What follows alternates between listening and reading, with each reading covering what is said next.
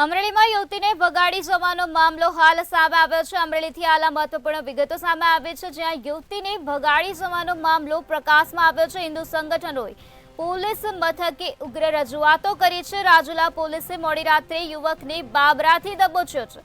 યુવતીને પરિવારજનોને સોંપતા મામલો શાંત પડ્યો છે। યુવકે જાનથી મારી નાખવાની ધમકી પણ આપી હતી, ત્યારે પોલીસે આરોપીની ધરપકડ કરી પૂછપરછ હાથ ધરી છે। લોકોને ખોટી અફવા ન ફેલાવવા માટે પણ અપીલ કરવામાં આવે છે।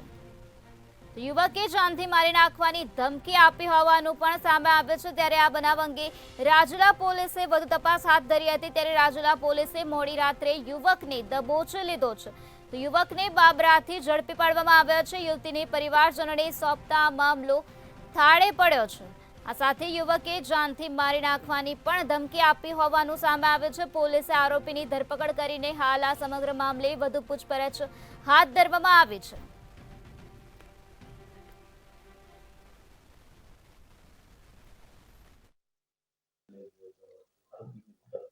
ગઈકાલે રાજુલા પોલીસ સ્ટેશનમાં ગઈકાલના વહેલી સવારના એક સમીર નામનો યુવક એક યુવતીને છોકરીને ભગાડીને લઈ ગયો, અપહરણ કરીને જાનથી મારી નાખવાની ધમકી અન્વયે ફરિયાદ જાહેર થયેલી હતી અને દીકરીના પરિવારજનો, એમના સમાજના આગેવાનો બધા પોલીસ સ્ટેશને રજૂઆત માટે પણ આવેલા હતા।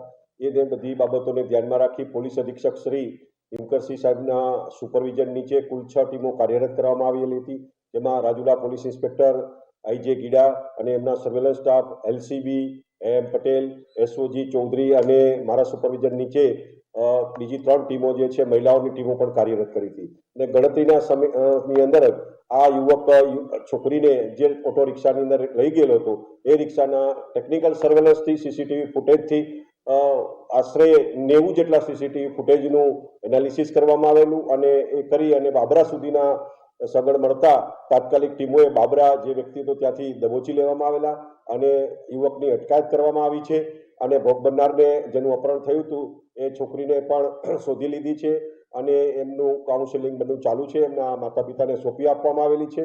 હાલ કાયદો વ્યવસ્થાની પરિસ્થિતિ ઉપર પોલીસ અધિક્ષક શ્રી હિમકરસિંહ સાહેબ સીધા સુપરવિઝન રાખી રહ્યા છે અને મારી આપના માધ્યમથી સૌને અપીલ છે કે કોઈ ખોટી અફવા ફેલાવશો નહીં। અપહરણનો ગુનો દાખલ કરવામાં આવ્યો છે અને પોલીસ એમાં કડક રીતે કાર્યવાહી કરવા માટે કટિબદ્ધ છે અને ગામની અંદર કોઈ ઉશ્કેરાટ ના ફેલાય કે ખોટી અફવાઓ ના ફેલાય એ માટે તમામે ધ્યાને લેવાની જરૂર છે।